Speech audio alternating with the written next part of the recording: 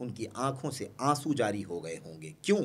اس لیے کہ ان لوگوں نے حق پہچان لیا ہوگا، کیونکہ کلام الہی ہے، یہ حق ہے، سچ ہے، اس میں کوئی شک نہیں، اس میں کوئی شبہ نہیں۔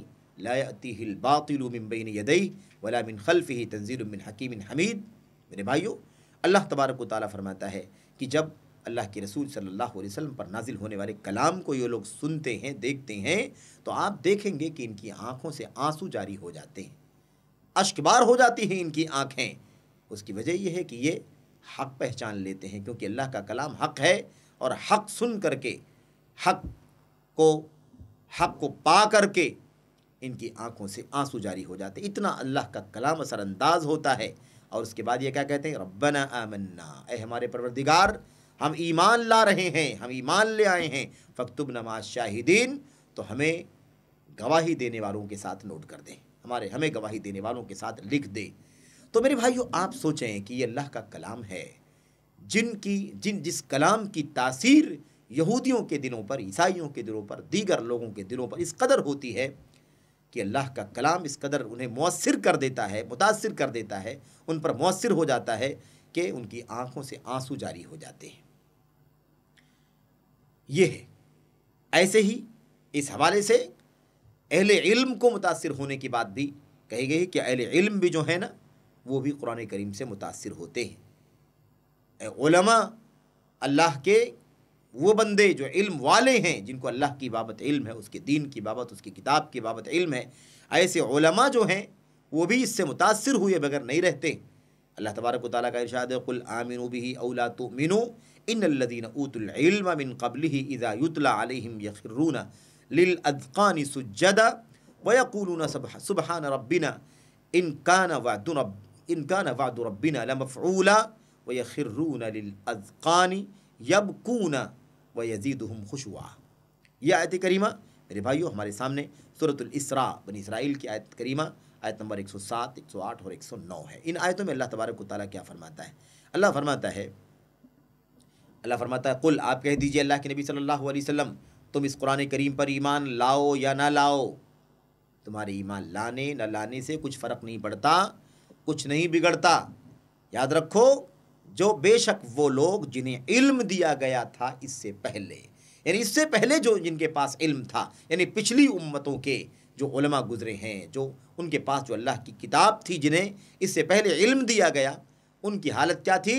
ان کی حالت یہ تھی کہ جب ان کے سامنے اللہ کے کلام کی تلاوت کی جاتی تھی تو وہ اپنے ٹھڈیوں کے بل سجدوں میں گر جایا کرتے تھے، اپنی ٹھڈیوں کے بل میرے بھائیوں سجدوں میں گر جایا کرتے تھے۔ اور کیا؟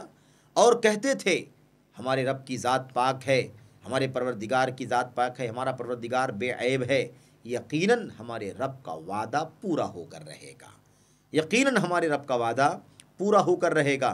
وَيَخِرُّونَ لِلْأَذْقَانِ يَبْكُونَ، اور روتے ہوئے اپنی ٹھڈیوں کے بل سجدہ ریز ہو جاتے ہیں۔ وَيَزِيدُهُمْ خُشُوعًا، اور یہ اللہ تعالیٰ کا کلام ان کے خشوع میں مزید اضافہ کر دیتا ہے۔ آپ دیکھیں کہ اس میں اولو العلم، علم والوں کے بارے میں اللہ تبارک و تعالیٰ نے یہ بات بیان فرمائی ہے کہ یہ علماء جو تھے ان سے پہلے کے، ان کے سامنے بھی قرآن کریم کی تلاوت ہوتی تھی، میرے بھائیوں، تو وہ ٹھڈیوں کے بل سجدہ ریز ہو جایا کرتے تھے، اور اللہ تبارک و تعالیٰ کے سامنے اس بات کا اعلان کرتے تھے کہ اللہ، اے پروردگار، تیری ذات پاک ہے، یقیناً ہمارے رب کا وعدہ سچا ہے۔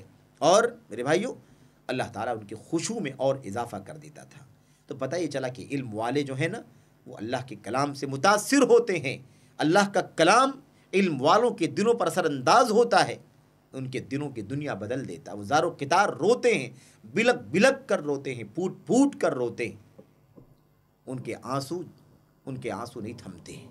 میرے بھائیوں، میرے بزرگوں، آپ یاد رکھیں کہ اہل علم کا خاص تذکرہ کیا گیا کہ اہل علم جو ہیں اس سے پہلے والے، وہ لوگ اللہ کے کلام سے، میرے بھائیو، اللہ تبارک و تعالیٰ کا کلام ان پر اثر انداز ہوتا ہے۔ اچھا، اس لیے کہ علماء سے زیادہ اللہ تبارک و تعالیٰ سے ڈرنے والا کوئی نہیں ہوتا۔ انما یخش اللہ من عبادہ العلماء، یقیناً اللہ تبارک و تعالیٰ سے اس کے علماء بندے ہی ڈرتے ہیں، اس کے علماء بندے ہی ڈرتے ہیں، اس بات کا بھی اللہ تبارک و تعالیٰ نے میرے بھائیوں اعلان فرمایا ہے۔ تو بہرحال قرآن کریم کی ان آیتوں سے پتہ چلتا ہے کہ اس طرح سے اللہ کا کلام ان لوگوں کے اوپر اثر انداز ہوتا ہے۔ میرے بھائیوں، یہ دو آیتیں آپ کے سامنے پیش کی گئی اور ان دونوں آیتوں کا مضمون آپ کے سامنے واضح کیا گیا۔ اللہ کے کلام کی تاثیر لوگوں کے دلوں پر، نفسوں پر، روحوں پر اور بھی ہوتی ہے، ان کا بھی انشاءاللہ تبارک و تعالیٰ اگلے حلقوں میں آپ کے سامنے تذکرہ کیا جائے گا۔ اللہ سے دعا کرتے ہیں کہ اللہ تبارک و تعالیٰ ہمیں اور آپ کو اللہ کے کلام سے متاثر ہونے کی توفیق عطا فرمائے۔ اللہ تعالیٰ ہمارے دلوں پر اللہ اپنے کلام کو مؤثر بنا دے، ہمارے دلوں کی دنیا بدل جائے، ہم بھی بلک بلک کر کے روئیں، ہم بھی اللہ تبارک و تعالیٰ کو یاد کریں، ہم بھی اپنی عاقبت کی فکر کریں، دنیا سے بے رغبتی اور زہد و ورع کی زندگی گزاریں۔ اللہ تعالیٰ سے دعا ہے کہ اللہ تعالیٰ ہم سب کو اس بات کی توفیق عطا فرمائے۔ آمین رب العالمین۔ وصلی اللہ وسلم وبارک علی نبینا محمد وعلی آلہ وصحبہ اجمعین۔ والسلام علیکم ورحمۃ اللہ وبرکاتہ۔